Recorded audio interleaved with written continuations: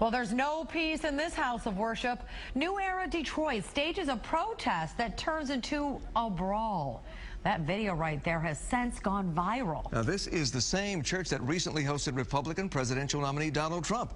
But this protest is about more than just politics. Fox News' Randy Wimley live now with the exclusive story. Randy. Yeah, guys, this has a lot more to do than just politics. New Era Detroit, they call it church accountability, taking congregations to task for not serving the community in their estimation as those churches should. They say something doesn't add up when a pastor makes a lot of money, drives a luxury car, and yet the people who live near his church are in poverty.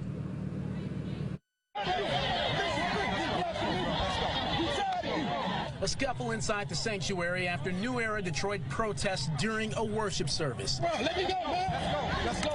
Zeke, the leader of the group, offered no apologies for the dust-up at Great Faith Ministry Saturday, only the reasoning behind it. This situation is bigger than just Wayne T. Jackson. This is about black churches and black pastors who live a lavish life on behalf of the people, and they're not giving back to their community. He's referring to Bishop Wayne T. Jackson, the wealthy pastor that welcomed Donald Trump, drives a Rolls Royce, and lives in a mansion. Zeke was there for the offering Saturday. When they started the offering at $1,000, and then they said if you don't got $1,000, then do $300. And if you don't got cash, then we got ATM machines. I don't understand that logic. I don't understand that way of thinking, and I don't understand that to be what religion is. New Era Detroit says the neighborhood surrounding Great Faith Ministries is by and large impoverished. This guy has networks, churches, fancy cars, you know what I mean, $1 million houses, and there's babies in this community that's going without food at night. Somebody has to be frustrated about this enough to do something that will get people's attention. And that's what New Era Detroit did. Here's the thing.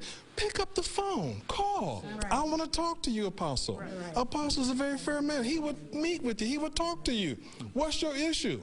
But to do it that way, that is so disrespectful. And members of Great Faith Ministry say New Era Detroit has their church and their pastor all wrong. Our bishop give away homes, cars. They say he's an astute businessman. Juanita Kinney says he's one with a heart of gold. And when he found out that I didn't have anywhere to live, within an hour he was calling me back, telling me to go and look at an apartment. And because of that, and because of the love from him and his wife, I now have my own place. You should talk to people that he's hired. Ex-cons, people that were in prison. He's done so much work for this community. There are homes that he's bought and gave to people. But Zeke don't know that. Many feel New Era Detroit crossed the line and violated a sacred space. They even drew comparisons to Dylan Roof, the man who walked into a church service and gunned down 9 people in Charleston, South Carolina. They can't come in here and think they're going to take over our service, have our women and children, mothers up in here terrified, and they're talking about that they are out there protecting the community. Right. This is a community up in here. Yeah, that's right. Hindsight is 2020. Given all this being said, would you do it all over again? Absolutely. We would definitely do it all over again.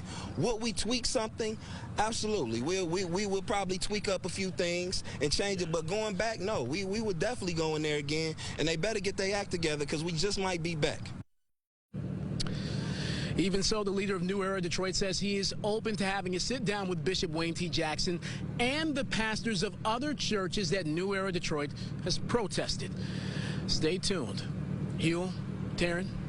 Well, Randy, I mean, $1,000 is a lot of money to ask for an offering, but you said about a conversation, but what does the New Era group want the bishop to do, and what do they plan to do if he doesn't? Well, you heard just in that last soundbite, they may show up here again. We don't know if that's going to happen, but he said that's something that they're definitely open to.